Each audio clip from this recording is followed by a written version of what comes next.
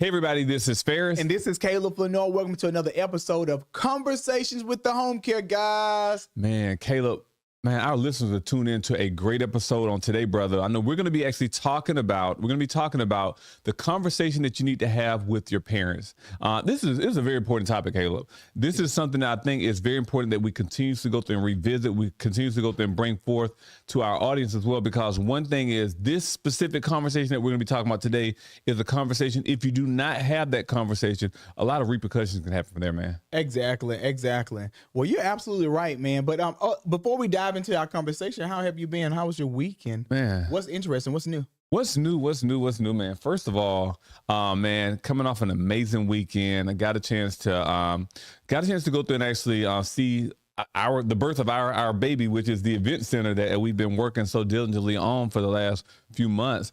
We did a soft lunch this weekend. Right. It was amazing. We have a few things that we're tying up on that end, but man, I'm super proud of the end product, and I'm super excited that a lot of people that's in the local Middle Georgia area, you guys are going to have an amazing space to come in and have your events. I cannot wait to do some business seminars there. I cannot wait to do some events there for our families. It's just going to be a beautiful thing, man. Yes. Well, you know, I'm thinking about this week, we actually were in a conference with Gossip, with the Georgia Association of Community Care Providers. And that has been amazing. And I thought that one of my highlights for this week was meeting a state representative. And so I ended up meeting John LaHood. He's a state representative for Georgia, and actually found out that he's a nurse and he owns a assisted living facility here in Millersville. Oh, nice. And so it was great just kind of networking. And I think that's something that, Ferris, as we go on with our year, we want to meet more of those state representatives and just kind of tell them what we do within our organization and how we serve our community. I think that's a great thing.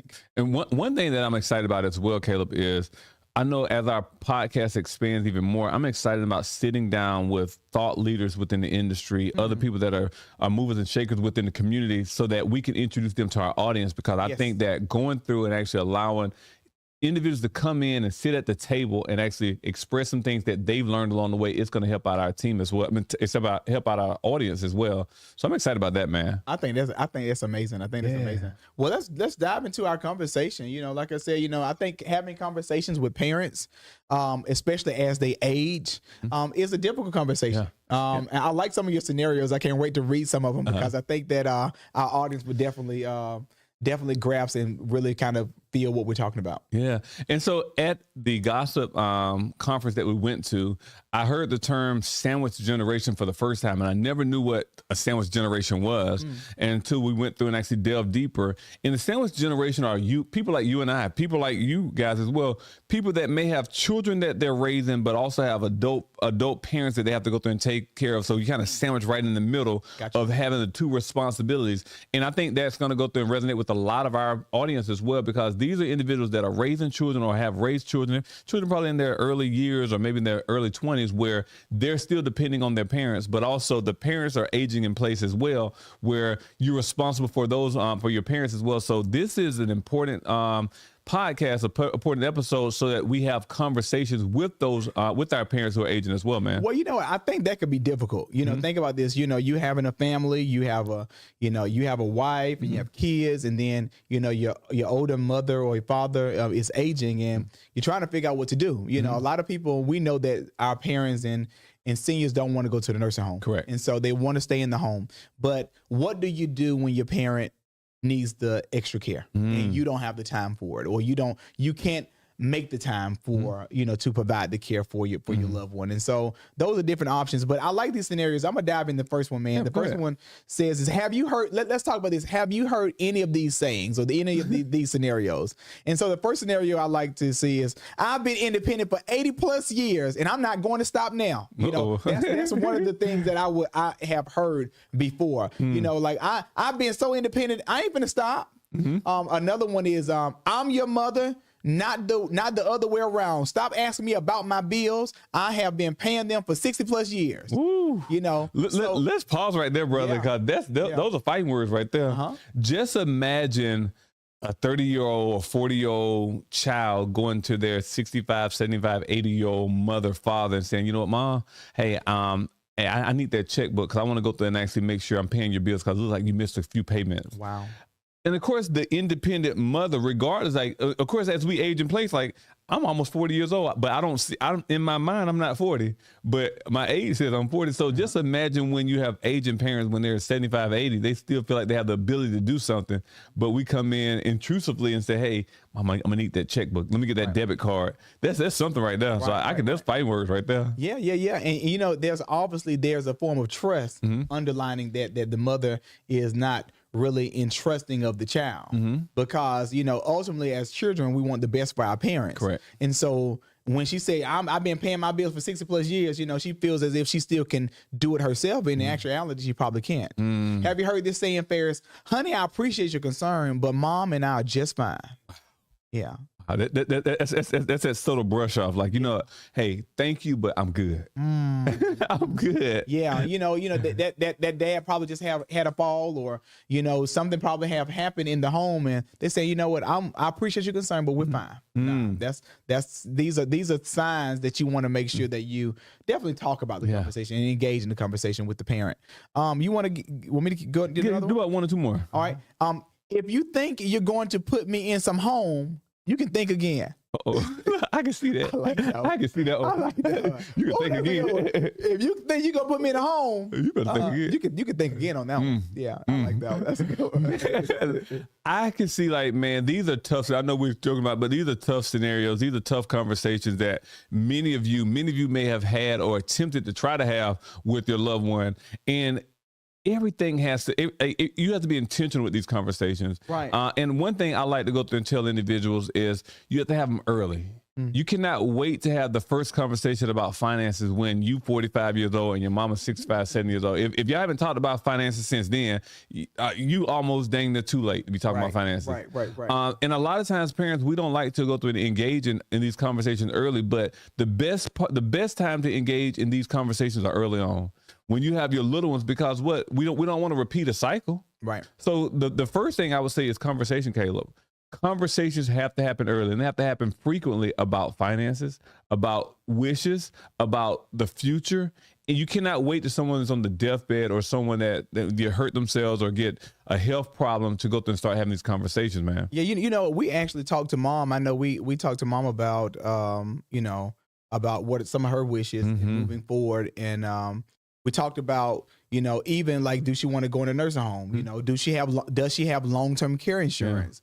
Even with moving assets, right now, mom, you have a house and cars and you have a bank account, you have retirement. So how can we move assets? Is that something that you want to do? Like, do you want to receive in-home care services when you're older? And so planning those things out, not waiting to the last minute, and planning those things out now and really kind of engaging into the conversation about where, mom, we want the best for you, and luckily mom has 3 guys that, have home care agencies that really can provide care for, but ultimately, you want to make sure you have those conversations. And those conversations are really, really, really important. They're detrimental.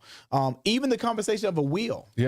Even the conversation of advanced directives. What happened if you are in a comatose state and you can't respond about your health? What do you do, and what decisions do you make? Or who do you want in charge of your care or your health during that time? And so all of these are valid conversations and important conversations that you need to have with your loved one. And I totally agree, Ferris, what you said. You said that you can't wait to the last minute. You can't wait till you're 45 and they're 80 years old to have a conversation. Exactly, because by then everyone's set in their ways. And what you're doing as a child, you're aggressively wanting to go through and actually get the best for your parents.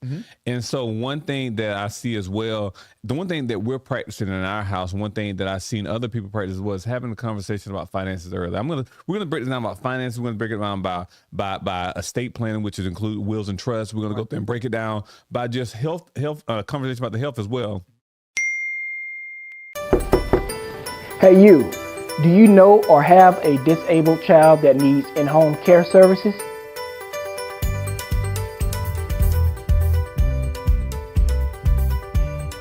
Hello, this is Adrian Cockfield, GAP Coordinator with Prime Care Home Care, and I provide services for the Albany and surrounding county areas. And what I do is provide children with physical disabilities, assisting them throughout the enrollment process. Now, if your child is between the ages of 0 and 20 years old and 11 months and you receive Medicaid services, this program is exactly for you.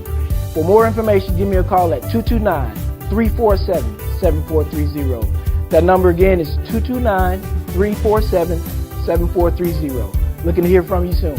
Thanks.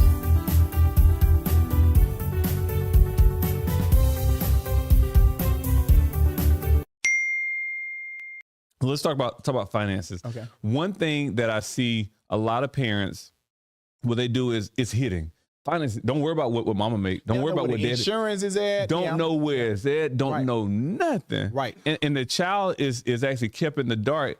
And guess what? Lord forbid if something happened to mama or happened to daddy, they don't know what mama bank with, where her bank account, what it looks like, what insurance information is at. Right. They are lost. And that's when we see a lot of GoFundMes and a lot of people asking for different things. Oh my goodness. There's nothing wrong with GoFundMe and asking for different things. But my thing is, if we go through and prepare and plan for the inevitable, we can go through and prevent a lot of the things that's happening right now. Right. So one thing I would encourage as well is have a conversation. Sit down. Let's talk about finances. Let's talk about what's the family budget. Right. Okay. Well, hey, do we have life insurance? Mm-hmm. Do we have mama? If something would ever to happen to you, what would you like for me to do? Right. Hey, if I'm young, if I'm only in my teenage years, hey, is there uncle, auntie who I can go through and call? Mm-hmm. Because these are questions. The worst thing to do as a parent is to be irresponsible and leave your children out in the dark on the unknown. And that's regardless if you're 80 years old and your child is 45 years old. The worst thing to do is actually you to go through and transition with a lot of unknowns that your children just don't know. Well, I don't know what mama want to be buried. Right. I don't know if she have insurance. I don't know if mama get hurt, if she want to go in a nursing home or not. So you're leaving the burden on your child to make a lot of decisions. That's very unfair and selfish as well. Yeah, one thing that I can say is a quick thing to do is, especially when it comes down to taking care of your loved one or your parent, is making sure those accounts, those banking accounts, you are the beneficiary of those accounts or secondary on the accounts. Yep. And that's 9 times out of 10, most individuals do not or are not a beneficiary of their loved ones or their parents' primary checking account or savings account. And so I want you to know that that's one thing that you could definitely do. Definitely knowing about sitting down with your mother or your father or both, if both of them are in the home, sitting down and talk about the monthly expenses. Yes. Because right now, so many times seniors feel as if that they could handle everything themselves and they can handle everything on their own. So they can pay the water bill, they can pay the gas bill, pay the mortgage, pay the insurances, utilities, and food. Sit down. I want you to be as a child, I want you to be supportive to your parent because they are aging. Sit down. Even if it's on a monthly basis, we schedule a time to say, let's review finances. Yeah. And that's something that I think we need to incorporate with our mother. Yes. And even if our father is like, on once a month, we want to see where we are financially. How are your savings? Because, my mom like to travel, mom like to shop, mom like to do a lot of stuff. But we want to make sure that financially, how are we looking? And then do we have those necessary built-in policies that are going to protect us in the future? Like cancer policies? Do we have short-term disability policies? Do we have all these things that we can get to protect us in the future? So I think that's important. I think it's very important because, again, the big thing is as a loving child, in which a lot of you are, we're in the sandwich generation where we're raising our children, but also have aging parents as well. Right. We want to go through and actually help our loved ones. We want to raise successful children, but we also want to help out our family members and our loved ones, our parents as well. But we have to do it responsibly. We can't do everything. So it's having those crucial conversations. It's sitting down with your parents and saying, hey, mom, dad, hey, one thing, my desire is to go through and make sure that you live your best life. And let's go through and let's kind of detail what your best life looks like. Right. What are some things that you desire as you age in place? Right. Do you desire to stay in your own home? Do you desire to buy another car within the next 5 years? Right. What are the things? Hey, do you have a paid off house? You want to know as much. So the worst thing to do is to get blindsided. You think everything's going well, and then next thing you know, mama's house is in repossession or what's it called, bankruptcy or whatever. Foreclosure. These are the things you don't want to do. So I think it's very important to have those conversations early on. Yeah, and another thing is that there's other alternative methods. I know that once we get into the other part with like the estate plan, and we definitely want to have some key personnel on the show. But even with the reverse mortgage, if it's a house that mom really don't want, or if the kids don't want, and if it's something, if it's an option for a reverse mortgage to provide some in-home care, you want to know your finances, because that's a great option. A reverse mortgage is a great option for some of those individuals that don't necessarily want the home, or the kids don't want the home, but it's an asset to the parents, and they can use it as a payment option for home care. Caleb, I remember talking to Mama a few years ago, and Mama had some land in Sparta, Georgia. And Sparta's our hometown. We love Sparta. We love Sparta a lot. We were raised and born in Mississippi, raised in Sparta as well. But Mama had just a little piece of land. It wasn't even big enough to do probably nothing with, but she was holding on for that land for so many years, paying these high taxes for so many years, with the expectations of passing it down to the children. And she said, "Oh, that land is downtown." Exactly. It was downtown. I remember it was right across from Macklin Seafood. Right. And so we had to really tell Mom, like, Ma, why are you paying all this money holding on to something that we would never go through and benefit from? Right. So a lot of times our parents are holding on to something that, because the conversation wasn't there, it was the assumption that, okay, well, I'm going to pass this down. Right. The conversation was had and said, Mama, live your best life. Go ahead and sell this land. And somebody built a beautiful house. I think made it adjacent to it. But live your life. Get this money. Go through, take a trip or do something. Don't worry about us trying to go through and have a little piece of land. So I think that's a part of the conversation as well, is the estate planning process, is understanding what are the things that you desire to leave behind, and will they be beneficial for the next generation? Because these next generation, Caleb, we're TikTok, Facebook, Instagram, a lot of stuff, like a lot of kids nowadays, they don't value a lot of things that our forefathers, our foremothers had as well. So it's having a conversation, do proper estate planning as well. Yeah, and one thing that we learned also, Ferris, is definitely the importance of a trust. And like a trust is important to put some of your assets in, because you won't own it, but the trust will own the assets. And so especially if your mother is definitely on a borderline of, like, with Medicaid, or qualifying for different services, definitely that's a great option. So you want to speak to an attorney on that case, but learn more about trust and learn more about how to shelter some of the assets into the trust. I think that's important. And I think Caleb, it's going to be very important for us to go through and get some subject matter experts on. So if you are an attorney, if you work in the estate planning industry, we want to go through and talk with you. Our audience needs your voice. We want to go through and actually introduce you to our audience, because we have a lot of people out there that are not understanding the value of wills and trust and estate planning and insurance. And same thing with insurance agents. We need to go through and have you on our podcast. Please tag someone if you can. If you're watching, especially on social media or YouTube, tag a insurance or trust or an attorney on this episode. So we can reach out to them, because it's our goal to give the information that we have. But if you're a subject matter expert, we want to go through and introduce to our team, because one thing I don't want to do is not have the conversation. Right. If we can have the conversation, then you can have the conversation as well.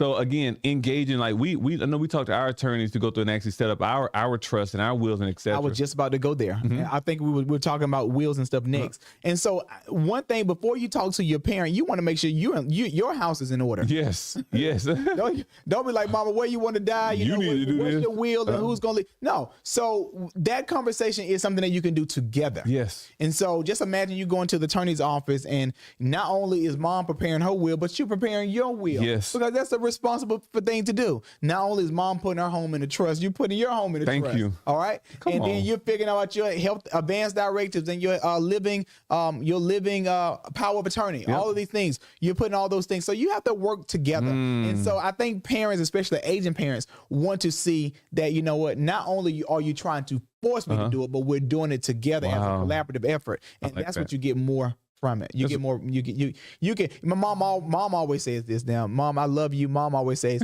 if your hand is in the lion's jaw, you got to ease it out. So you just don't say, well, you go ahead and give me your will and figure out, you do all these things. No, you do it together. Because just imagine, now a whole generation has changed. Mom's taking care of your family, and now you're teaching your children the same thing as well. Like this is what proper parenting is. Not just going through and actually making money to give you some new clothes and everything. It's to go through and actually plan for the next generation. So I think, Caleb, that is crucial and that's key. And again, just a side note, if you're an attorney or know of an attorney or an insurance agent, please tag them below because we want to interview them on our podcast as well. And then last but not least, we can talk about just the improvements of the home. Like if mom does want to stay in the home, yes, as we talk about conversation with the elderly, if mom wants, there's some things that we have to do. Yeah. And so one thing about Prime Care, we do a health safety check in the homes. And so if you did call us, you can call us at 478-345-0523.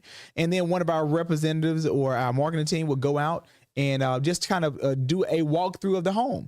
And so we can talk about some of those things that loved one may need in the home, whether it's guardrails in the showers or whether it's a trip hazard with the rug or railings on the porch. All these things, putting light bulbs in there, putting light bulbs in the ceilings or, in the bathroom, whatever it is, we can pretty much kind of give you the safety check. And so if your loved one wants to remain in the home, there's options for your loved one to remain in the home, and definitely want to do a healthy and a healthy check in the home. Make sure the house is livable and suitable for your loved one to thrive in the home. Exactly. Because that's one thing we see time and time again. A lot of times, a lot of hospitalization happens not because of a chronic illness, is because of safety. A fall? Because of fall. Because we have cords going across the floor. Or we have a mom trying to go through and cook, or dad trying to go through and cook and burn themselves, going up and down the stairs. The guardrails or the handrails are weak and fell off the porch. These are things that happen. And so since we're in the sandwich generation, it's our responsibility to go through and take care of our parents. Right. It's our responsibility to go through and be their eyes and ears, to go through and look out for them. So it's our responsibility to have this crucial conversation with them, to let them know, hey, the reason why I want to have this conversation is because I want to make sure you're good. Right. I want to go through and make sure that, hey, Mama, I pray that you live to be 100 years old, and not only just live, I want you to truly live at 100, not just exist. Right. My goal is not to have you in a nursing home. My goal is not to have you.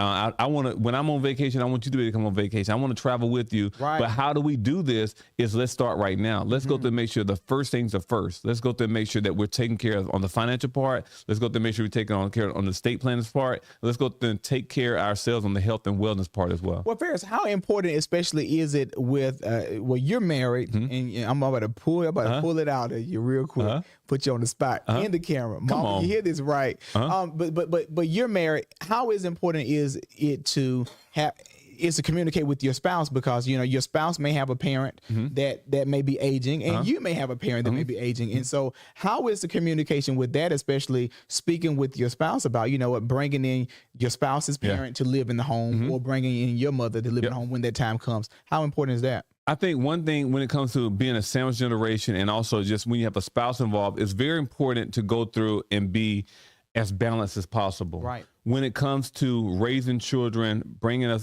everyone has a different situation. So what you can go through and handle in your household. So for us, it may be like, well, hey, we have our mother-in-law or our in-laws, mother-in-law or my mother or her mother or father.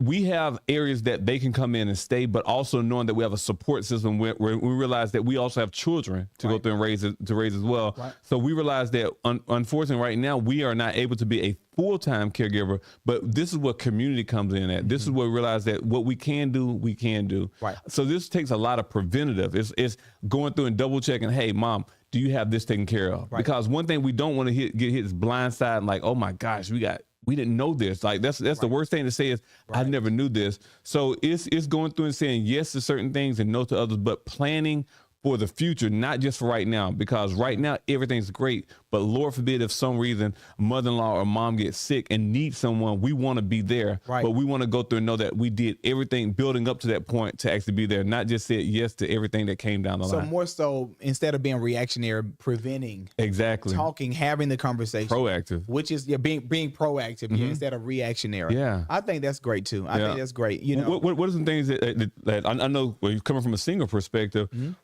How do you feel like? What do you feel your responsibility is for, or even if you feel responsible? Because I don't want to make any assumptions. What do you feel your role is as a family member when you have an aging parents? Well, I think what you said, definitely talking, beforehand. You know, a lot of these conversations need to have beforehand. I think that worst case scenario, ultimately, worst case scenario, if it boils down to it, definitely mom, I would definitely move mom in, you know, with me, with no other, with nothing, you know, no. It's six of us. Yeah. It's six of us, but ultimately, mom would definitely move in with me or move in with one of the siblings. You know, I think that that's something that she wants. I know mom doesn't want to be in a nursing home. Correct. But yeah, with me, I think as time grows and when I get a family, that's a conversation that I would have with my partner or my spouse. And so ultimately, my decision, I would bring mom in if that was the case. If everyone had families and lives, bring in, we just have to all kind of figure out about some support and what the care looks like. Because I know that I can't be a primary caregiver. Correct. I know that it's a lot of responsibility. It is. And it's a lot of stress. With that, but ultimately, I know mom will be taken care of. Oh man, that's no doubt right there. And that's one thing I think, again, just having the thought about this conversation and taking this conversation to the table, taking this conversation to the next level. I think this is what, again, like guys, with Conversation Home Care Guys, a lot of things that Caleb and I, we talk about, these are things that we're putting into practice. And these are engaging conversations that we take back to the table to introduce in our lives as well. So this is something I feel like we can continue the conversation on with our siblings even the more. I know we've started the conversation several times. We've had the conversation several times, but taking it to the next level and really putting pen to paper and planning this out. Okay, what does it truly look like? Because it's one thing to be good personally, but when all of us can be good, all of us are being responsible for the futures that is coming as well. I think that's the overall goal. Wow. That's the overall goal. This is good. This is good. And these conversations, listen, don't wait till the last minute. Go ahead and start the conversations now, and start baby steps, and have those action plans that's gonna help you all with the engagement, with building that trust and that relationship with your parents, and ultimately know what their wishes are, so you can be really aware of what they want and what they desire in the future. So I think that's important, Ferris. I'm gonna let you take it away as we conclude this podcast. And one thing, when you just said knowing their wishes, knowing their desires as well, knowing also that it's very important for you, especially for sandwich generation individuals, is remembering you can only do what you can do. And you cannot go through and stress yourself out along the way on trying to care for your children and trying to care for your aging parent. You can only do what you can do. And it's okay if you don't hit every mark. It's okay to say no. It's okay to say not right now. Every answer is not going to be a yes when it comes to your children, nor your aging parents as well. So be very, very aware of that. But just know that you're doing it from a good heart position to go through and say, we're going to go through and take care of you. Even if that means we have to go through and make some alternative decisions, we're going to go through and do that. So with that being said, we're going to close out this great episode. Again, we want you to go through, first of all, thank you for tuning in. Yes. And next, we want you to go through and actually, please be sure to help us. We're on a mission to go through and hit 1,000 subscribers on YouTube. So please make sure you go through and actually find us on YouTube, the Home Care Guys with a Z. Go through and subscribe, and also hit that notification bell. If you're listening on Facebook, go through and like us. And if you are listening through podcast streaming technologies, go through and make sure you subscribe on there as well. Exactly. Well, we hope you enjoyed this episode. We want you to make sure you start today with conversations with your aging parent, and set the bar. Let them know that you are there to assist. You are there to help. You're there to, and hopefully they trust you to make the right decisions on behalf of their health and their care. So